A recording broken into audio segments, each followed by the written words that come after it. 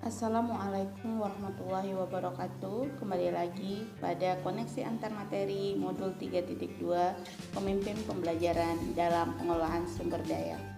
Saya Dede Melda dari SMP Negeri 5 Jelimpo, CGP 1 Kabupaten Landa. Berbicara tentang pemimpin pembelajaran dalam pengelolaan sumber daya di sekolah sangatlah kompleks. Karena seorang pemimpin harus mampu menciptakan ekosistem yang baik secara antar guru maupun siswanya. Dan dengan adanya pemimpin pembelajaran dalam pengelolaan aset, mampu menciptakan pembelajaran yang berkualitas untuk semua warga sekolahnya. Implementasikan tentang hal ini, yang pertama, terlebih dahulu kita memahami menjadi pemimpin pembelajaran dalam pengelolaan sumber daya. Hal ini dapat dilakukan dengan cara kita belajar terus-menerus, membaca literasi, membaca literatur dan segala macam. Nah, setelah itu kita belajar dengan orang-orang yang sudah berpengalaman dalam melakukan pengelolaan sumber daya di sekolahnya. Sedangkan yang kedua, yaitu mampu mengkomunikasikan yang telah dipelajari kepada kepala sekolah dan rekan kerja. Hal ini dimaksudkan agar ilmu yang kita dapatkan tidak hanya bermanfaat untuk diri kita sendiri, tetapi bisa disebarluaskan kepada orang lain. Karena ilmu yang baik adalah ilmu yang bermanfaat untuk semua orang lain. Seperti analogi bahwa sesuatu yang bertumpuk-tumpuk itu akan tidak baik, lebih baik kita sebarkan. Cara yang ketiga yaitu memetakan aset utama yang dimiliki sekolah. Yang pertama, kita harus memetakan 7 aset utama. Yang pertama adalah modal manusia, yang kedua modal sosial, ketiga fisik, keempat modal lingkungan, kelima modal finansial, keenam modal politik, dan ketujuh adalah modal agama dan budaya. Keempat adalah mengelola sumber daya menggunakan pendekatan berbasis aset saat melakukan perencanaan kegiatan di sekolah. Nah, pendekatan berbasis aset ini kita tidak hanya melihat kekurangan, tetapi kita menggali potensi yang ada di sekolah. Sumber daya di sekolah kita manfaatkan sebagai langkah kita untuk mencapai pembelajaran yang baik dan maksimal yang ada di sekolah. Yang kelima, berkolaborasi dengan pihak terlibat di sekolah untuk meminta umpan balik dari pemetaan berbasis aset.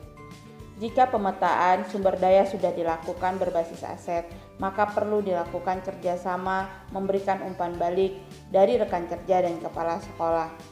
Hal ini dilakukan untuk melihat kebutuhan serta kekuatan yang ada dimiliki oleh sekolah. Mengarsipkan hasil dalam mengelola sumber daya di sekolah.